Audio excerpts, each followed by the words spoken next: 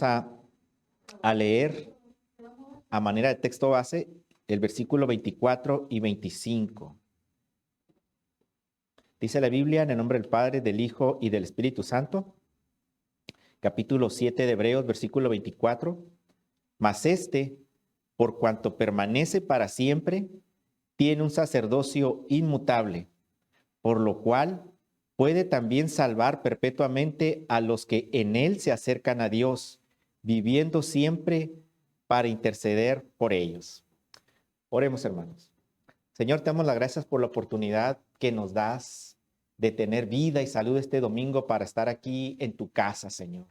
Es emocionante poder estudiar tu palabra, poderla entender, y es emocionante que tú nos puedas hablar, Señor, a través de esta palabra tuya, y que tu voluntad, Señor, se manifieste a través de esta palabra, Señor. Estamos muy contentos y emocionados, Señor, de poder escuchar tu voz a través de esta palabra. Te pido, Señor, que tú hables, que tú nos redargullas, que tú nos enseñes, que tú nos ministres, Señor, y que tu palabra caiga en tierra fértil y que dé fruto al 100%. En el nombre de Cristo Jesús. Amén. Bueno, hermanos, a manera de introducción, el libro de Hebreos está escrito por un autor anónimo, no sabemos quién lo escribió. Algunos opinan que es Pablo, otros dicen que es Silas. No sabemos con precisión quién fue el autor, pero lo que sí sabemos es que el autor quería explicar o quería que los primeros cristianos de ese tiempo tuvieran muy claro quién era Jesucristo y que esas nuevas comunidades judías recién convertidas dejaran todos los rudimentos antiguos de la ley, porque había mucha confusión, se estaban mezclando el nuevo concepto de la gracia que apenas estaban intentando practicar o intentando incluirlos en la vida diaria, los nuevos cristianos, contra todo el pensamiento hebreo en donde venían arrastrando todos los rudimentos de la ley.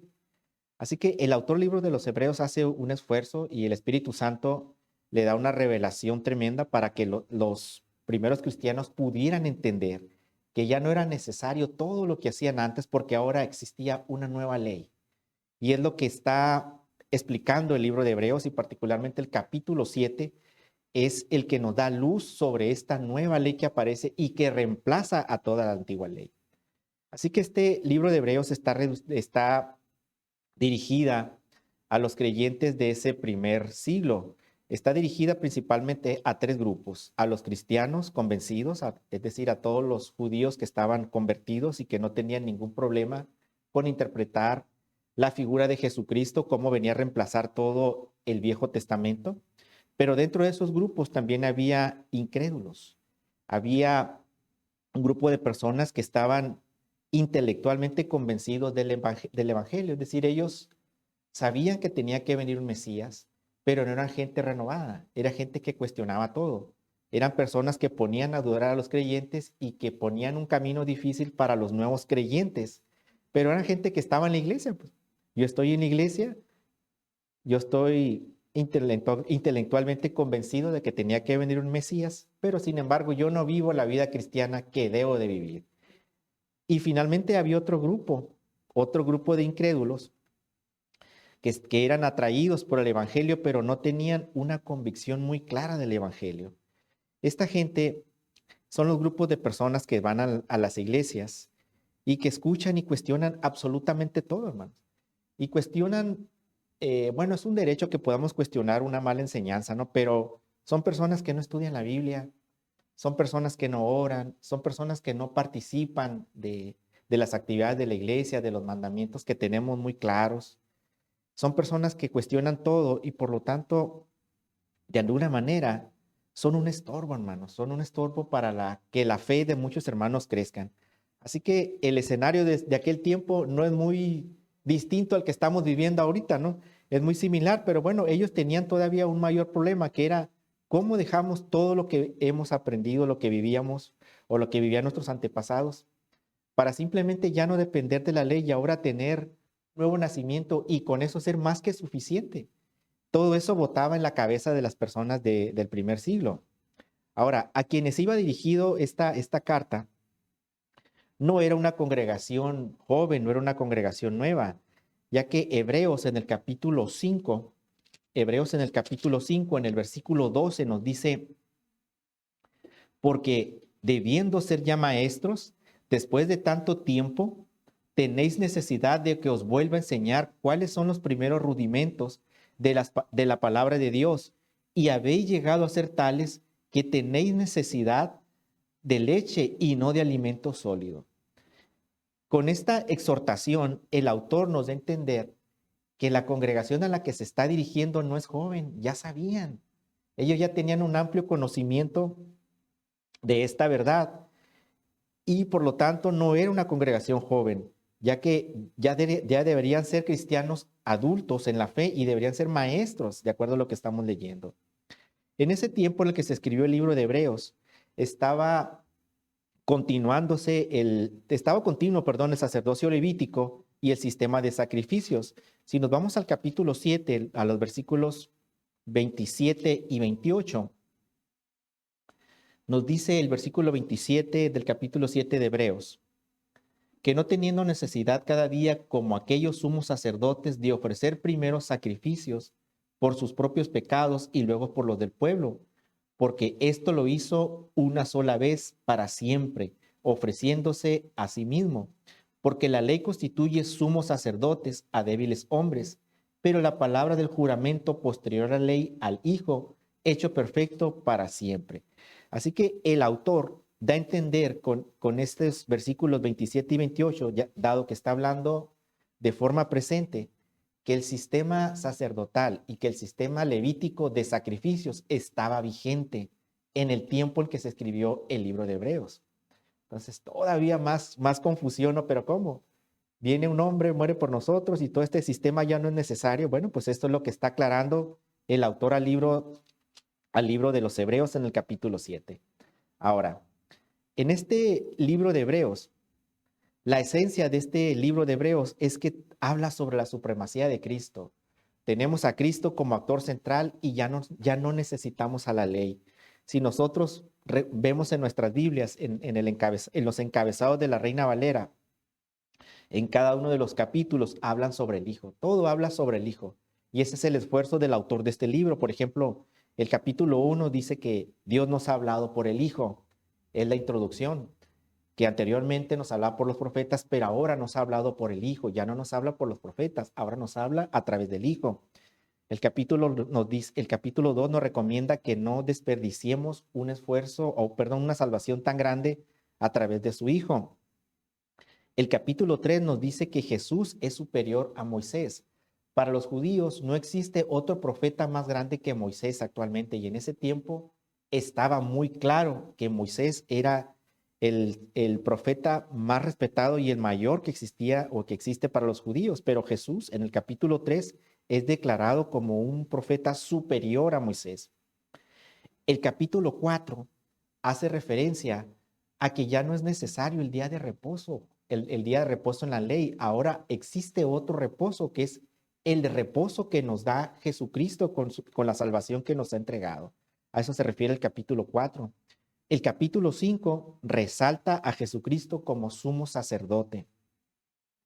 El capítulo 6 nos da una advertencia sobre la apostasía. Y finalmente, donde vamos ahorita, el capítulo 7 nos habla sobre que Jesús es superior que el sacerdocio de Melquisedec. Los hebreos, hermanos, tenían muy claros quién era ese personaje. Así como tenían un gran respeto por Moisés, por ser un gran profeta, ellos también tenían muy en claro cuál era el papel que jugó Melquisedec en el Antiguo Testamento. Así es que ellos consideraban que era un sacerdote muy especial, enviado por parte de Dios, y que no existiría tal vez alguien similar a él con esas características.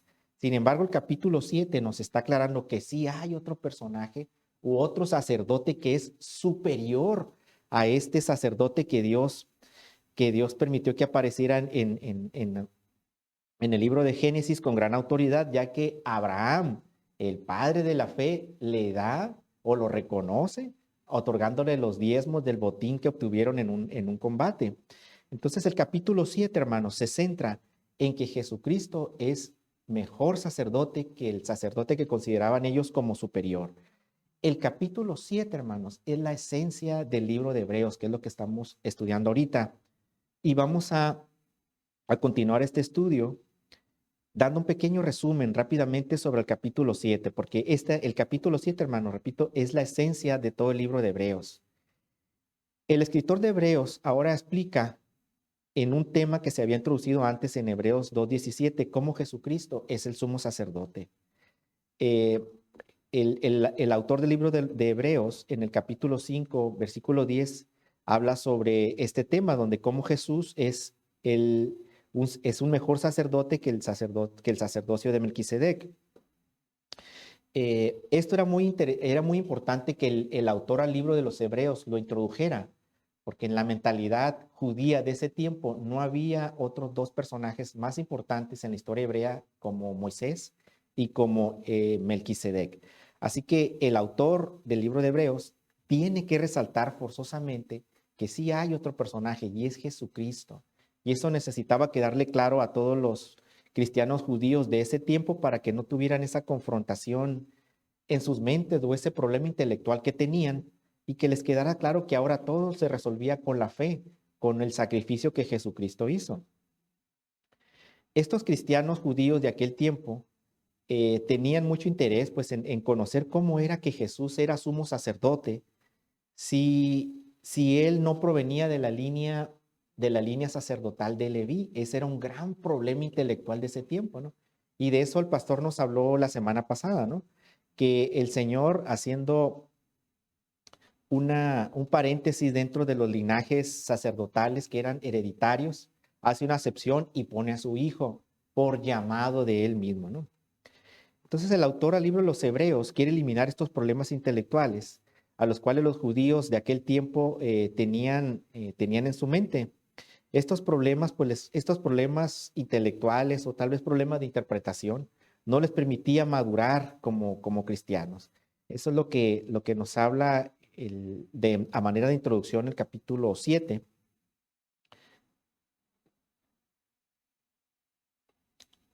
Bueno, Melquisedec tiene una gran participación en el Antiguo Testamento y es una figura muy respetada. Entonces, lo que sabemos sobre Melquisedec únicamente es lo que menciona Génesis capítulo 14, versículo 18 al 20, donde este hombre aparece en escena y Abraham lo reconoce la autoridad de este sacerdote y reconoce que proviene del Dios Altísimo.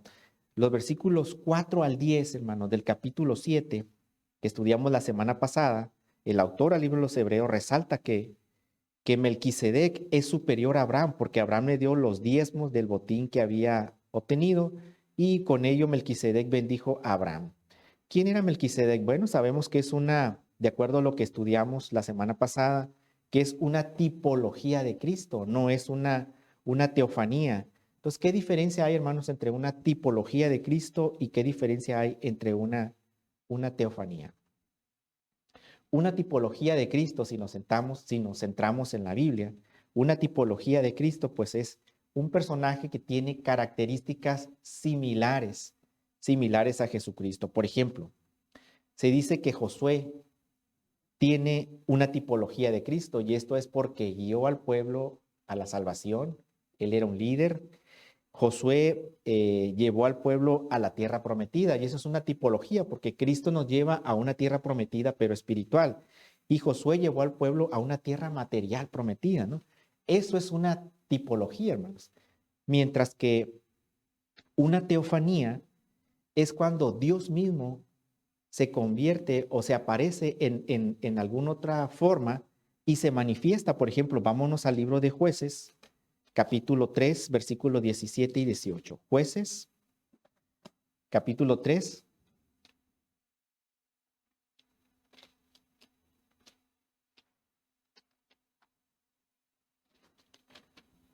Jueces, capítulo 3, versículos 17 y 18.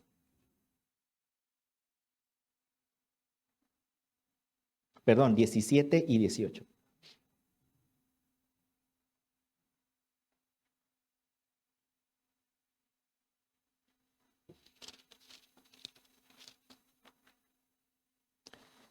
Una disculpa, hermanos, es capítulo 13 de Jueces.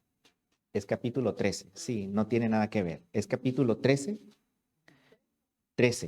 Jueces Sí, estamos ahí, se está narrando la historia de Sansón.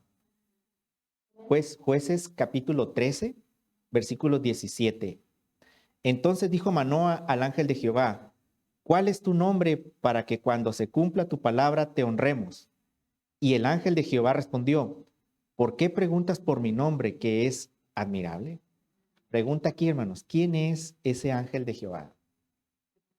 Es Jesucristo, hermanos, porque él mismo está revelando su nombre, es admirable. Nosotros sabemos que admirable es uno de los tantos nombres, o podríamos decir apodos, entre comillas, con los cuales la Biblia describe a Jesucristo. Así que, hermanos, en este versículo, en este pasaje, tenemos un ejemplo claro de lo que es una teofanía. Esas son las dos grandes diferencias. Ahora, ¿por qué Abraham reconoció la superioridad del sacerdote Melquisedec? ¿Qué vio Abraham en Melquisedec, hermanos? Para que lo reconociera y le diera el diezmo. No es una teofanía cuando se apareció Melquisedec, ¿no? Aunque la Biblia dice que es un hombre que no tiene descendencia, que no tiene genealogía, pero no es una teofanía. Entonces, lo que vio Abraham en este hombre, en este sacerdote, vio a Jesucristo, hermano. Por eso él reconoció eso. Por eso él reconoce la superioridad de él, de Abraham, el padre de la fe, reconoce la superioridad de este personaje y le da los diezmos. Bueno, nos regresamos al capítulo 7 de Hebreos,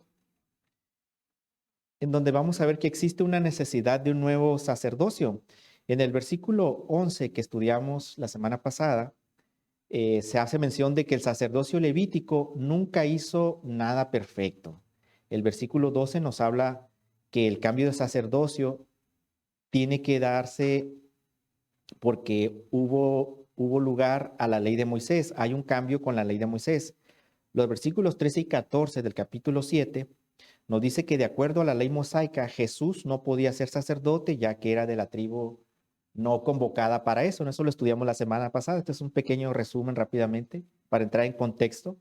Los versículos 15 y 17 nos hablan de la declaración de Dios de que el Mesías pertenece a otra orden de sacerdocio, es decir, no pertenece a la orden de Leví. Y eso lo podemos ver en el Salmo 110. Vamos al Salmo 110.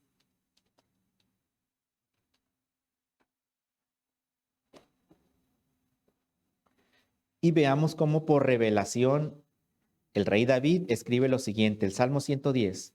Jehová dijo a mi Señor, siéntate a mi diestra hasta que ponga a tus enemigos por estrado de tus pies. Pregunta, hermano, ¿a quién se está refiriendo el rey David con el versículo 1? Jehová dijo a mi Señor, él era el rey, ¿no? Él era el Señor de ese tiempo. Pero acá el rey David se está refiriendo a otro personaje, se está refiriendo a Jesucristo, ¿no? Él no lo conoció, ni idea tenía de cómo sería. Sin embargo, aquí por revelación, él ya estaba hablando de él. Jehová enviará desde Sión la vara de tu poder.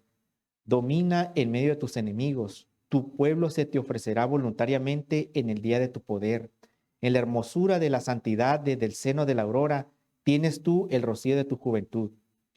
Juró Jehová y no se arrepentirá. Tú eres sacerdote para siempre según el orden de Melquisedec. El Señor está a tu diestra, quebrantará a los reyes en el día de su ira. Juzgará entre las naciones, las llenará de cadáveres, quebrantará las cabezas en muchas tierras. Del arroyo beberá en el camino, por lo cual levantará la cabeza. Aquí el Señor está honrando a su hijo y el rey David está reconociendo que va a aparecer un sumo sacerdote que es superior al orden de Melquisedec. Aquí el Señor Jehová, está llamando a su hijo al sacerdocio.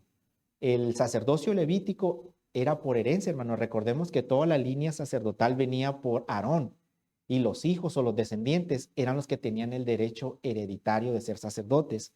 Y los levitas, por pertenecer a la tribu de Leví, tenían el derecho hereditario de ser los responsables de las actividades religiosas del templo. Pero aquí el Señor está llamando directamente a nuestro Señor Jesucristo para que Él sea el sacerdote. Qué gran diferencia, ¿no? Uno es por herencia y el otro es porque Dios lo está llamando a ser el sumo sacerdote.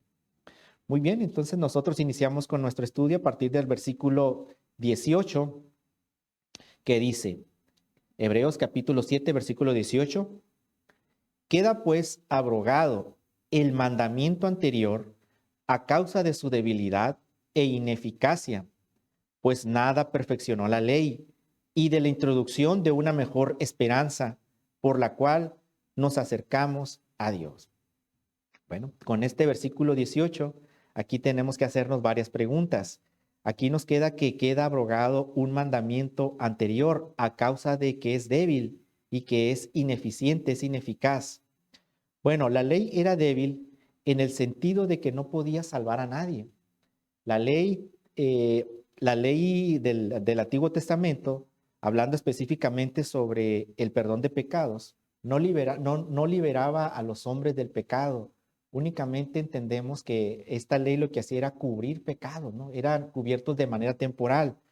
Las personas no sentían paz después de que ofrecían sacrificios, no se sentían plenos, no se sentían salvos, vamos a decirlo así, no tenían esa paz que nosotros ahora tenemos.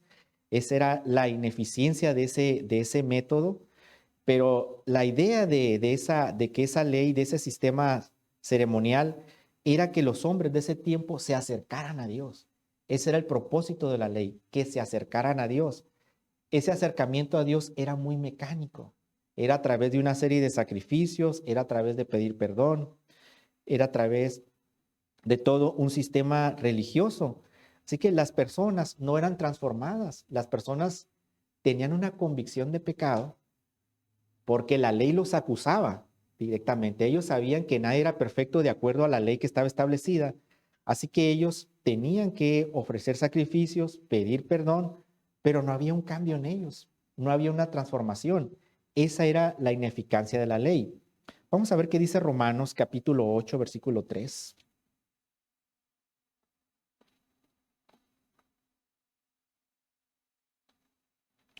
Romanos capítulo 8,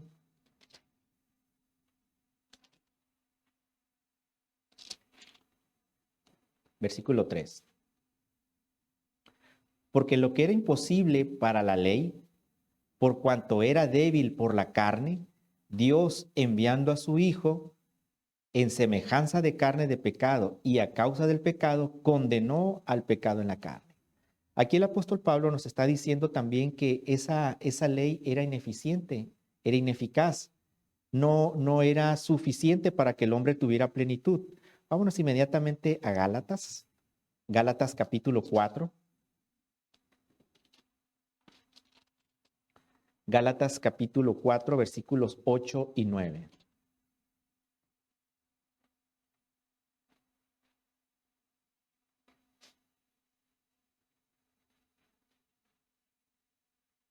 Ciertamente en otro tiempo, no conociendo a Dios, servíais a los que por naturaleza no son dioses, mas ahora conociendo a Dios, o más bien, siendo conocidos por Dios, ¿cómo es que os volvéis de nuevo a los débiles y pobres rudimentos a los cuales os queréis volver a esclavizar?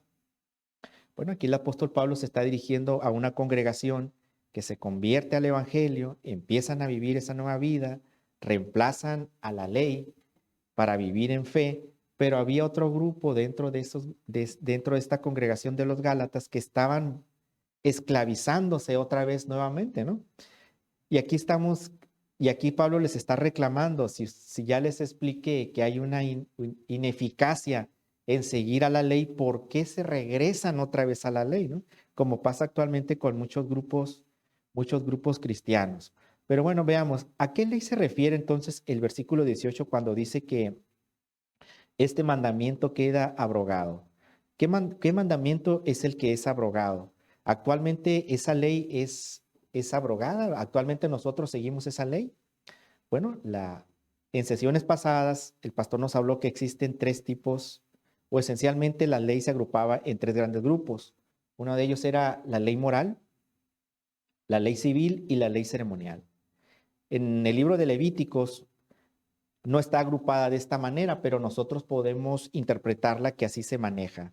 En el caso de la ley moral, esos códigos o esa instrucción de Dios era que las personas tuvieran una vida moral. Nosotros entendemos perfectamente a qué se refiere la cuestión de una vida moral.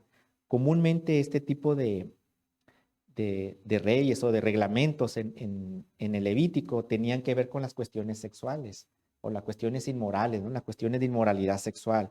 De eso nos habla el libro mucho, el libro de Levítico. Uno de tantos ejemplos es, no sé si recuerden, donde menciona que dice que no mirarás la desnudez de tus padres, no mirarás la desnudez de tu hermana, de tu tío, y empieza a desglosarse todo un gran concepto ahí, ¿no? Aunque ahí el intérprete de esa parte no quiso ser tan explícito, pero sabemos que esa de no mirar la desnudez se refiere a que no tengas contacto sexual con familiares directos, ¿no? A eso se refiere. Esa es la ley moral de Dios. Con respecto a la ley civil, en el Levítico habla eh, de muchos reglamentos o muchas leyes que tienen que ver con la conducta civil. Por ejemplo, en aquel tiempo, como casi todas las personas tenían ganados, hay una parte en el libro de Levíticos donde dice que si un toro que era, eh, si algún toro se invadía alguna propiedad, rompía cercos o llegara a matar a alguien de manera accidental, ese animal tenía que ser sacrificado y el dueño de ese animal tenía que reponer y pagarle a las personas el daño que había hecho. Ahora, si alguien de manera accidental asesinaba a otra persona, los familiares de la persona asesinada tenían el derecho de matarlo también. Si era intencional o si era accidental, la persona, la familia agredida tenía el derecho civil o la ley o tenía, digamos, el respaldo por parte de Dios de cobrar venganza, hermano. Eh, por eso existía también lo que se conocían las ciudades de refugio. No sé si recuerdan esa parte en la Biblia, ¿no? Cuando alguien accidentalmente mataba a alguien, tenía el derecho de refugiarse en una ciudad fuera de la ciudad principal para protegerse, pues porque él sabía que era inocente. Y los familiares que querían cobrar venganza no podían entrar a esa ciudad de refugio porque estaba protegida por Dios, por la ley de Dios. No decía, estaba muy claro la ley, no puedes entrar ahí, tengo protección sobre esa persona. Pero esa persona que quería reclamar inocencia se salía de la ciudad de refugio y los familiares se daban cuenta, podían matarlo y no había problema. Esa era la ley civil de aquel tiempo. Había también la ley ceremonial. Y la ley ceremonial era esencialmente todas las ceremonias religiosas en el templo. Y todas esas ceremonias religiosas, eh, particularmente los sacrificios, tenían que ver con los pecados que se cometían en la ley moral y en la ley civil. Así que la ley ceremonial venía a de alguna manera tapar los pecados que se cometían en la ley moral y en la ley civil. Pero en la ley ceremonial no solo eran los sacrificios de animales, había muchas instrucciones, como por ejemplo, se tenía que santificar o ungir los instrumentos en el templo. Con instrumentos me refiero a los vasos, a las mesas. Había una instrucción por parte del Señor que se tenían que ungir con aceite. Ese aceite tenía ciertas características especiales, hermanos, no como el aceite que se utiliza ahorita en las iglesias que se conoce como el aceite de la unción. La Biblia nos enseña, hermanos, que el aceite de la unción lo tenía que preparar un especialista y la Biblia dice un perfumista. Esa persona tenía habilidades para generar perfumes. Y el aceite de la unción era una combinación de ingredientes, no era solo aceite de oliva. Mencionaba una serie de esencias, de hierbas aromáticas que le daban un aroma muy especial a ese aceite. Y aparte, ese aceite de la unción, hermanos, era exclusivo para santificar las cosas del templo, para ungir profetas o para ungir reyes. No era para ungir cualquier cosa como en otras congregaciones se enseña. Aparte, hermanos, que en otras congregaciones el aceite de la unción es simplemente aceite de oliva, ¿no? Y nada que ver con lo que dice la Biblia, ¿no? Absolutamente nada que ver. Yo recuerdo hace bastantes años que fuimos a Colombia buscando la unción, ¿no? Y nos trajimos el famoso aceite de la unción. Claro, lo tuvimos que comprar, ¿no? Y era una botellita de aceite, ¿no? Y aquí platicando con los hermanos de la congregación, pues era bien codiciado porque el pastor había orado por ese aceite y pues claro, está ungido porque el pastor está ungido, ¿no? Entonces le transmitió la unción al aceite. Y pues todos los hermanos de la iglesia querían que yo les diera aceite y decían, no, pues es mío, yo lo compré, no es para mí, ¿no? Y ahí estuvo ese aceite mucho tiempo y nunca lo usaba, ¿no? Pero lo tenía como una especie de reliquia, hermano. Y después platicando con otra persona, me dice, debes de ungir las paredes de tu casa con ese aceite. Te aconsejo que en cada esquina eches aceite de la unción para que el Señor proteja tu casa y haya bendición y todo lo demás. Y pues seguí su consejo, hermano. Entonces cuando estaba en una de las esquinas queriendo vaciar el aceite, dije, oye, ¿qué estoy haciendo? Esto parece casi una brujería, ¿no? Parece como si hubiera sido, como si hubiera ido con un santero a comprarle una pócima y decirle, ampárame de los demonios, y lo riego en mi casa, ¿no? Entonces aquí es cuando nosotros nos quedamos, ¿qué estamos haciendo, hermano? Pues la Biblia no dice nada de eso. La Biblia no menciona que unjamos nuestras casas, que unjamos nuestros carros, que unjamos nuestra ropa. Ni siquiera menciona que se unja a los congregantes, hermano. Se tiene que ungir en condiciones muy especiales cuando el Señor está haciendo un llamado muy particular a su ministerio. No me va a ungir al Señor para que yo haga negocios. No, no voy a ir a la iglesia que Dios me unja para que yo sea una buena persona. No tiene nada que ver, hermanos. Entonces, ese tipo de cosas, hermanos, están, pero si bien confundidas en las iglesias. No tiene absolutamente nada que ver, hermano. Hay una confusión total. Para empezar, no es el aceite que debe de ser, en primer lugar. Y en segundo lugar, la Biblia no instruye absolutamente nada de eso. Así es que, con todo respeto para nuestros hermanos de otras denominaciones, la Biblia no menciona eso, hermano. Estás jugando con la palabra de Dios en tu ignorancia, hermano. La Biblia no menciona absolutamente nada de eso. Bueno, entonces, la tercera ley ceremonial, que era todo este tipo de actos religiosos, de fiestas y todo lo que la congregación tenía que hacer en aquellos tiempos, esta es la ley a la cual se refiere que es que queda absolutamente abrogada, hermanos. Queda pues abrogado el mandamiento anterior. ¿Cuál mandamiento? La de la ley. ¿Cuál de todas las leyes? La ceremonial. Y esto es, hermanos, porque la ley moral y la ley civil no puede estar abrogada. Es decir, si yo cometo un delito civil, tengo que pagar por ese delito civil. Si yo me robo algo, si yo hago daño a alguna persona, tengo que pagar por ese delito. Esa es una ley civil que todavía continúa y está vigente. El Señor no pudo haber abrogado la ley civil porque si no, no tuviéramos control ahorita, ¿no? Cada quien haría lo que quisiera, ¿no? Si alguno de nosotros comete una infracción de tránsito, por ejemplo, se pasa un semáforo en rojo, es una infracción, es una ley civil. La ley civil tiene que existir para que exista un control en nuestra norma de vida. Si no, cada quien hiciera lo que quisiera. La ley moral tampoco pudo ser la que queda abrogada, porque también tiene que existir una conducta de vida. Nosotros no podemos hacer lo que queramos entre nosotros mismos. Tiene que haber un código de conducta moral entre nosotros y está establecido incluso hasta en la ley del hombre, ¿no? Así que la ley moral, hermanos, y la ley civil no pueden ser las que quedaron abrogadas. La ley que quedó abrogada es la ley ceremonial. Esa es la ley que Cristo vino a abrogar. Y es a lo que se refiere el versículo 18. Queda pues abrogado el mandamiento anterior a causa de su debilidad e ineficacia. Sabemos que la ley era ineficaz, pero era ineficaz en la ley ceremonial donde los hombres no podían regenerarse, los hombres y las mujeres no podían tener un nuevo nacimiento a través de la ley ceremonial. Era un continuo sacrificio de animales pidiendo perdón por los pecados, así que era un ciclo vicioso, se convirtió todo esto en un ciclo vicioso. La Biblia nos enseña en el libro del profeta Jeremías de cómo el Señor se enfadó de todo eso, ¿no? De que Él les reclamó, de que Él se daba cuenta de que ya hacían todo muy mecánico y de cómo el Señor le dijo que después iba a desaparecer todo ese sistema para escribir en el corazón de cada uno de ellos su ley, ¿no? Es a lo que se refería en aquel tiempo, ¿no? Bueno, entonces sí nos queda muy claro que el mandamiento que está abrogado es el ceremonial. Hebreos en el capítulo 7, versículo 12, un poquito más atrás, nos dice,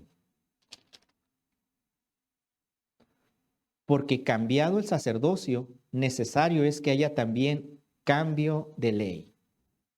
Bueno, entonces aparece Jesucristo en escena, es superior que Melquisedec o es del orden de Melquisedec, es un sumo sacerdote.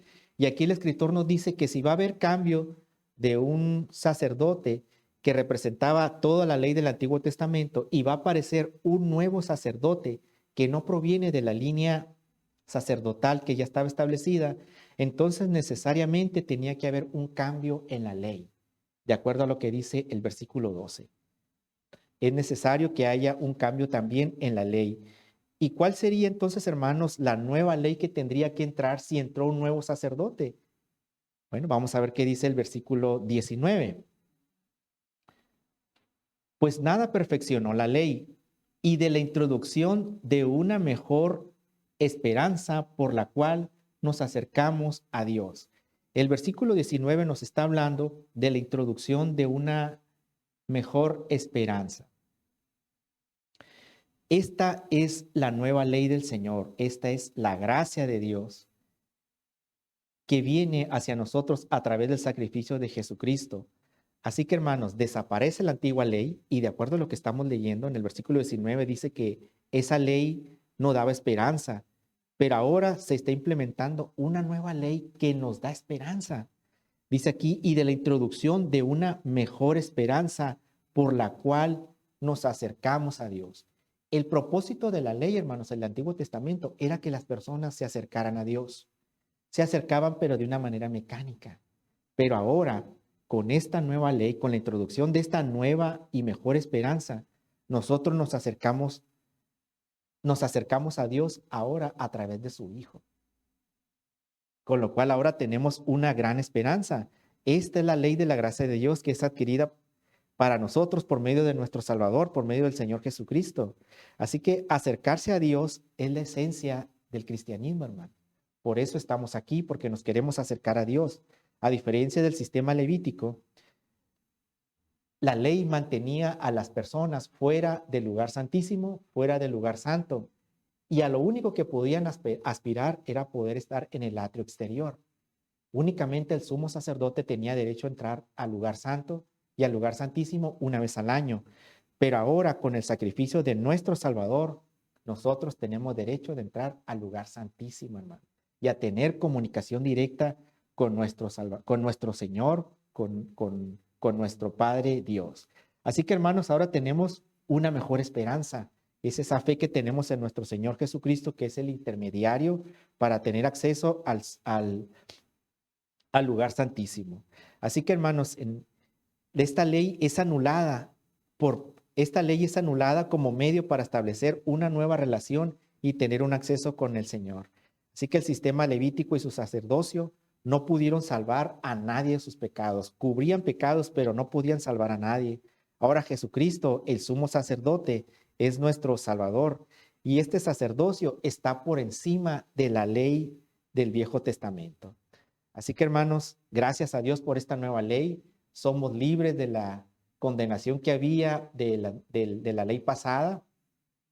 Esa ley antigua lo que hacía era condenar a los hombres y a las mujeres, no les hacía tener paz. Ahora, esta nueva ley de la cual nos habla el libro de Hebreos, nos hace tener paz en el corazón, hermano. Nos hace tener convicción de que somos libres.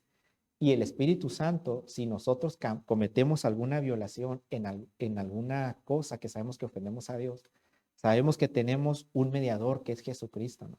Sabemos que tenemos una esperanza en el perdón que es a través de su Hijo Jesús. En los versículos 11 y 12 se prueba que la ley ha sido derogada. Versículos 11 y 12 del capítulo 7. Dice el versículo 11, si pues la perfección fuera por el sacerdocio levítico, porque bajo él recibió el pueblo la ley, ¿qué necesidad habría aún de que se levantase otro sacerdote según el orden de Melquisedec y que no fuese llamado según el orden de Aarón? Porque cambiado el sacerdocio, necesario es que haya también cambio en la ley. Así que, hermanos, el versículo 11 y 12 es la evidencia bíblica de que todo el ceremonial religioso quedaba abrogado. Esa es la evidencia bíblica, ¿no? Anteriormente habíamos escuchado algunos otros mensajes donde se decía pues que de manera implícita entendíamos que el ceremonial estaba fuera, pero aquí tenemos la evidencia en la misma palabra de Dios, versículos 11 y 12 del capítulo 7, de que la ley ceremonial queda completamente abrogada. Ya no hay necesidad de todo eso. Esto es porque la ley no nos acercaba a Dios de manera integral como esta nueva ley que nuestro Señor Jesucristo implementó a través de su gracia, que es con lo cual nosotros vivimos como cristianos, la gracia de Dios, que no es una ley, ¿no? En sí, sino que sabemos que de manera interna el Espíritu Santo nos revela este tipo de ley a nuestra vida para tener una norma de conducta que nos acerque a Dios sin mancha y sin pecado. Gracias al Señor por ello. ¿Cuántos dicen amén, hermanos, por esto? Gracias a Dios por ello que tenemos esa libertad, que tenemos esa paz en el corazón, que tenemos esa convicción. Y ahora esta nueva ley, hermanos, qué curioso, no nos acusa. Esta nueva ley nos da testimonio delante del Señor que somos salvos y que somos libres del pecado y que el Señor nos ha dado esa autoridad sobre ese pecado y sobre la ley antigua. Ya no estamos en condenación, ahora somos libres, hermanos. Qué grandes contrastes de leyes, ¿no? Una ley me está condenando y otra ley me está diciendo, eres libre, eres perdonado. Bendito sea el Señor por su nueva ley. Ahora, esto es lo que dice el libro de Hebreos. La ley vieja ya no es necesaria porque el Señor Jesús la vino a abrogar. El apóstol Pablo llega a una conclusión muy similar y esto lo vemos en Gálatas capítulo 3. Vamos a ver Gálatas.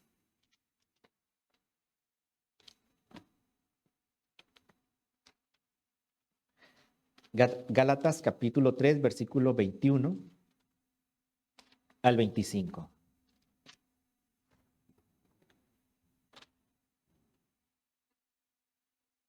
Gálatas capítulo 3, 21 al 25. Veamos cómo el apóstol Pablo llega a la misma conclusión que el escritor del libro de los Hebreos.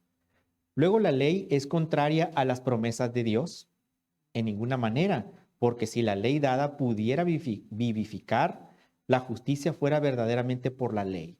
Pero no es así, ¿no? Mas la escritura lo encerró todo bajo pecado, es decir, toda la ley, todo lo condenaba y todos éramos culpables, para que la promesa que es por la fe en Cristo Jesús fuese dada a los creyentes. Pero antes que viniese la fe, estábamos confinados bajo la ley, encerrados para aquella fe que iba a ser revelada. De manera que la ley ha sido nuestro ayo o nuestro error, ¿no? Para llevarnos a Cristo, a fin de que fuésemos justificados por la fe. Pero venida la fe, o sea, la nueva ley de la que estamos hablando, ya no estamos bajo ayo, es decir, ya no estamos bajo error, ya no estamos bajo pecado, pues todos sois hijos de Dios por la fe en Cristo Jesús, porque todos los que habéis sido bautizados en Cristo, de Cristo estáis revestidos. Ya no hay judío ni griego, no hay esclavo ni libre, no hay varón ni mujer, porque todos vosotros sois uno en Cristo Jesús. Y si vosotros sois de Cristo, ciertamente linaje de Abraham sois y herederos según la promesa. Nos fuimos de paso leyendo, ¿no, hermanos? Pero es emocionante lo que dice aquí, hermanos, es esta promesa tan grande, ¿no? Ya no hay nada que nos acuse, somos libres por medio de la fe, por la salvación de nuestro Jesucristo. Luego nos dice que somos linaje de Abraham, ¿no?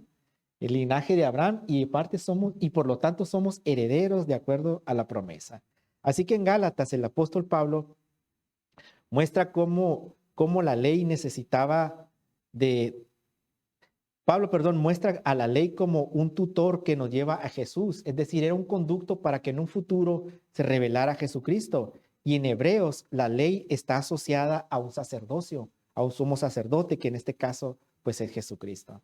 Vamos a regresarnos al capítulo 7 de Hebreos y vamos a continuar la lectura ahora en los versículos 20 y 21.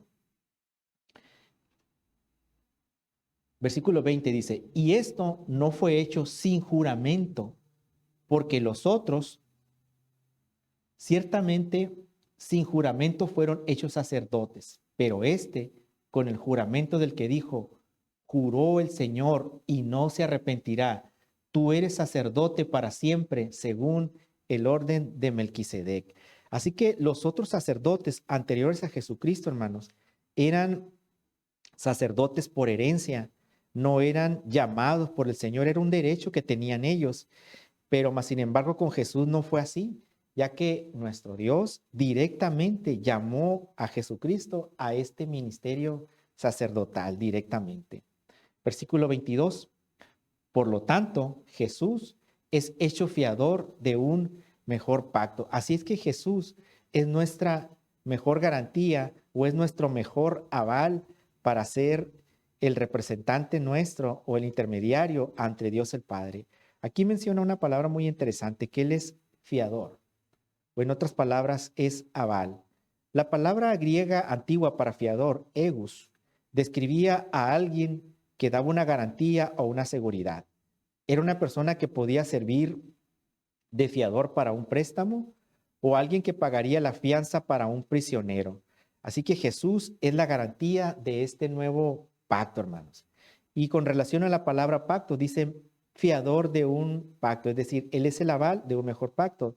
Pero la palabra griega que describe a esta palabra pacto no se refiere específicamente a un pacto o a un acuerdo, se refiere más bien a testamento. Así que Jesús, hermanos, si nosotros interpretamos este versículo 22, podría decir este versículo 22 que Jesús es el aval de un mejor testamento o de una mejor herencia para nosotros, que es la vida eterna con el Señor, ¿no? Qué emocionante es todo esto, hermanos. Versículo 23. Y los otros sacerdotes llegaron a ser muchos, debido a que por la muerte no podían continuar. Versículo 24 hasta el 25. Mas este, por cuanto permanece para siempre, tiene un sacerdocio inmutable, por lo cual puede también salvar perpetuamente a los que por él se acercan a Dios, viviendo siempre para interceder por ellos. En el versículo 23 dice, muchos, llegaron a ser muchos. Se afirma que fueron 84 sumos sacerdotes que sirvieron en el templo, y esto es contando desde Aarón hasta la destrucción del templo en el año 70. ¿Qué es un sacerdote inmutable, hermano? Bueno, pues un sacerdote inmutable se refiere a que ese sacerdote nos va a dar una salvación o va a tener un servicio para siempre, nos va a dar una salvación perpetua. Esos sacerdotes en el Antiguo Testamento eran una tipología de Cristo porque eran una especie de intermediarios, pero no eran perpetuos, ya que ellos morían y tenía que venir otro sacerdote a hacer el trabajo de ellos y a continuar con ese ministerio. Ahora, es muy interesante también que al final, en el versículo 25, dice que este sacerdote que nos salva perpetuamente a los que se acercan a Dios, y esto es porque la salvación está abierta a todo el que quiera, el Señor no obliga a nadie, solo a los que se acercan y que reconocen su necesidad, son a los cuales el Señor va a rescatar. Dice que viviendo siempre para interceder por ellos. Esto es que nosotros tenemos un intercesor que es inmutable. Vamos a ver qué dice Romanos capítulo 8, versículo 33 y 34. Romanos 8, 33 y 34.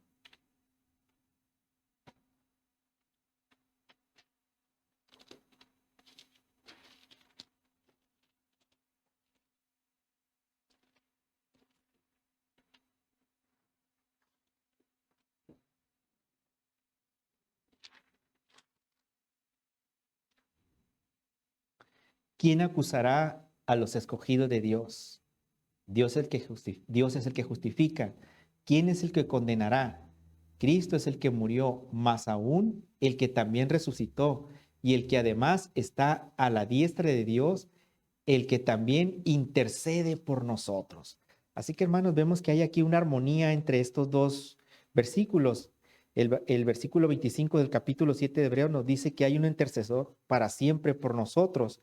Así que hermanos, tenemos un intermediario, tenemos a un aval que nos está dando la herencia de un Nuevo Testamento y aparte de todo eso tenemos a alguien que siempre está pidiendo por nosotros, que siempre va a estar, que siempre está intercediendo por nosotros ante el Padre, y eso es intercediendo por nuestro bienestar, intercediendo por nuestra salud, pidiendo perdón por nuestros pecados, recordándole al Padre que nos dé segundas oportunidades. Recordemos la parábola en donde el Señor iba a cortar el árbol que daba sin frutos y que el Señor le dice, no, permite remover la tierra, permíteme abonarle y vamos a ver cómo reacciona ese árbol, ¿no? Ese árbol somos nosotros. Y ese es el trabajo del Señor Jesucristo, de tener intercesión continua con nosotros ante el Padre, ¿no?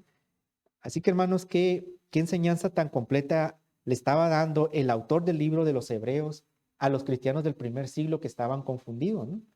Diciéndoles que aparte de que ya no era necesidad de un antiguo pacto, ese nuevo fiador tenía esas capacidades o esas características de ser un intercesor delante de nosotros ante el Padre. Continuamos con la lectura, vámonos al capítulo 7, versículo 26. Porque tal sumo sacerdote nos convenía, santo, inocente, sin mancha, apartado de los pecadores y hecho más sublime que los cielos. Así que los sacerdotes, hermanos, en el Antiguo Testamento, pues no eran ni santos, no eran inocentes, tenían pecados por los cuales tenían que pedir perdón, no estaban apartados de los pecadores. Los sacerdotes en el Antiguo Testamento vivían o convivían con las personas. Eh, de hecho, nosotros sabemos, más bien la Biblia dice que cuando los sacerdotes tenían que ofrecer perdón a nombre del pueblo, tenían que pedir perdón primero ellos por sus propios pecados. Así que no eran los ideales para ser los intermediarios para con nuestro Señor. Versículo 27. Que no tiene necesidad cada día, como aquellos sumos sacerdotes, de ofrecer primero sacrificios por sus propios pecados y luego por los del pueblo, porque esto lo hizo de una vez y para siempre, ofreciéndose a sí mismo. Aquí viene otra característica muy importante que el autor del libro de Hebreos está aclarando. En la ley era necesario que se hiciera sacrificios de por vida para pedir perdón. Era una gran instrucción, era necesario, era obligatorio. Pero ahora aparece esta nueva ley que es por gracia, que es por fe, en donde un solo sacrificio era necesario que sucediera y ese único sacrificio representa a todos los sacrificios habidos y por haber. Ya no hay necesidad de un siguiente sacrificio para volver a pedir perdón, ya que con este derramamiento de sangre se perdonaban, no se cubrían los pecados. Ahora sí se perdonaban los pecados y nos acercaba a nuestro Señor. Ahora, el mismo libro de Hebreos en capítulos anteriores nos dice que si continuamos pecando, deliberadamente esto es con conciencia. Pues.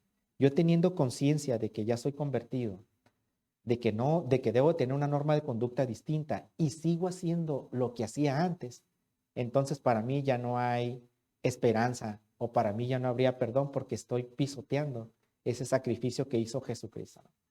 Pero afortunadamente tenemos al Espíritu de Dios que siempre nos está hablando a nuestra conciencia de que estamos haciendo malas cosas y que es necesario estar sujetos a su palabra, que es necesario congregarnos, que es necesario estar orando para mantenernos en el camino que el Señor estableció para nosotros, ¿verdad? Así que hermanos, este supremo sacerdote se ofreció como ofrenda. Fue el sacerdote que se ofreció a sí mismo. Qué curioso, ¿no? Los sacerdotes ofrecían animalitos, ofrecían corderos sin mancha y sin arruga, perfectos. Y este mismo sacerdote, siendo él sin mancha y sin arruga, se ofreció a sí mismo, siendo el único sacrificio para siempre, ¿no? Versículo 28. Porque la ley constituye sumos sacerdotes a débiles hombres, pero la palabra del juramento posterior a la ley, al Hijo hecho perfecto para siempre. Entonces, bajo la ley de Moisés, los sacerdotes siempre eran hombres débiles, no podrían ser intermediarios, porque eran pecadores. Pero Jesús, el Hijo, hecho perfecto para siempre, fue confirmado por Dios como sumo sacerdote para salvación nuestra y para el perdón eterno de nuestros pecados, hermano. Ya no hay necesidad de seguir la ley ceremonial, hermano.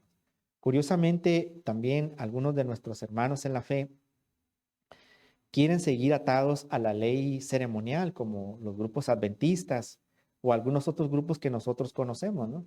Esa ley, esta ley que fue abrogada por medio de nuestro Señor Jesucristo, hermano, también incluye algunas fiestas que nosotros no tenemos que observar. Por ejemplo, dentro de los 10 mandamientos, uno de ellos era que guardemos el sábado. Ese mandamiento de abrogar el sábado, hermanos, está de alguna forma implícito en lo que acabamos de estudiar porque era parte de la ley ceremonial, guardar el sábado. Nosotros como cristianos, en esta nueva ley o en esta fe que hemos aprendido, no tenemos por qué guardar el sábado, porque es la ley que nuestro Señor abrogó. Otros grupos sí lo hacen, pero nosotros no tenemos que hacerla. En primer lugar, no nos corresponde porque esa ley fue dada a los judíos, fue dado a los hebreos, no fue dado a los gentiles. Nosotros tendríamos que convertirnos al judaísmo para observar esa ley ceremonial que correspondía a ellos, que era guardar el sábado. Con esta gracia con la que estamos viviendo, al ser nosotros gentiles, por un lado, por la gracia, por esta nueva ley, no estamos obligados, aunque fuéramos judíos, a guardar el sábado. Y ahora, al ser nosotros gentiles, no nos corresponde guardar el sábado. Lo que sí nos corresponde es guardar el resto de los mandamientos que están en los 10 mandamientos. ¿Y eso es por qué, hermanos? ¿Por qué sí nos corresponde guardar los 9 mandamientos que están abajo? Porque es la ley moral y porque es la ley civil, ¿verdad? Eso sí nos toca respetarlos, ¿verdad, hermanos? Así que, hermanos, gracias a Dios que tenemos esta oportunidad de estudiar la Biblia a estas profundidades para poder entender este tipo de cosas que en muchas congregaciones están flotando, están en el aire, no tienen aterrizado este conocimiento que nos revela la palabra y que incluso la Biblia nos ordena, hermano. No nos pide favor, nos ordena que estudiemos esto para que no caigamos en ese tipo de cosas. Gracias a esto, hermanos, el Señor nos guarda de esos errores que se están cometiendo en las iglesias de manera doctrinal, ¿no? Gracias a Dios por su palabra y que tenemos esta verdad, que somos poquitos, pero bueno, el Señor en su voluntad así lo ha permitido. Gracias a Dios por la vida de cada uno de ustedes que sabemos que están estudiando esto, que están estudiando la palabra de Dios y que nos estamos aferrando a esta verdad, ¿no? Que es nuestra norma de conducta. Por ello nosotros ahora sabemos que tenemos que respetar la ley civil, la ley moral, y sabemos que la ley ceremonial ya no es necesario, porque Cristo murió por eso. Esa muerte en la cruz nos hace libres de esa ley ceremonial y de todo ese sistema sacrificial. No es necesario que hagamos, por ejemplo, una fiesta de las cabañas, porque esa instrucción le fue dada a los judíos y aparte, aunque quisiéramos, hermano, para que pudiéramos celebrar esa ley de las cabañas, se necesitan ciertos frutos que solo se dan en el Medio Oriente y aquí no se dan. Entonces ya no podemos cumplir con eso. Así que esas son las incoherencias pues, que hay entre tratar de seguir la vieja ley o el Antiguo Testamento contra la gracia que el Señor Jesucristo nos está dando ahora a nosotros. Gracias al Señor por su palabra, hermano. Vamos a orar, hermanos, y demos gracias al Señor por esta libertad que ahora tenemos. Señor, te damos gracias por tu palabra. Gracias por esta revelación tan grande, Señor. Antes nosotros pensábamos que de manera implícita, Señor, esa ley ceremonial estaba abrogada, pero ahora nos queda muy claro que en el versículo 11 y 12, Señor, de Hebreos 7, está la clave de cómo tú ahora estás derogando esa ley ceremonial a través del sacrificio de tu Hijo, ese nuevo sacerdote, ese nuevo sumo sacerdote que vino a cambiar esa ley. Y ahora no estamos atados a esa ley ceremonial, sino que ahora tenemos una nueva ley que no es una ley en sí, sino que es una gracia tuya. Es un don tuyo que nos has regalado.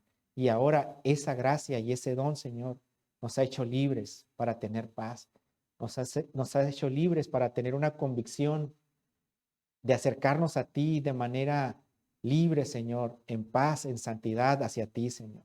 Gracias por esa nueva ley que nos has dado, Señor, que nos has salvado a través del sacrificio único de tu Hijo amado. Gracias por tu palabra, Señor, que nos revela la moral y la conducta que debemos de tener, Señor, la conducta civil que debemos de tener para comportarnos. Danos fuerza, Señor, danos sabiduría y danos fe y templanza, Señor, para mantenernos y respetar esta ley moral y esta ley civil que aún tenemos que seguir respetando para agradarte, Señor. Que tu Espíritu Santo, Señor, nos siga guiando por el buen camino que es hacia ti. En el nombre de Cristo Jesús. Amén, Señor.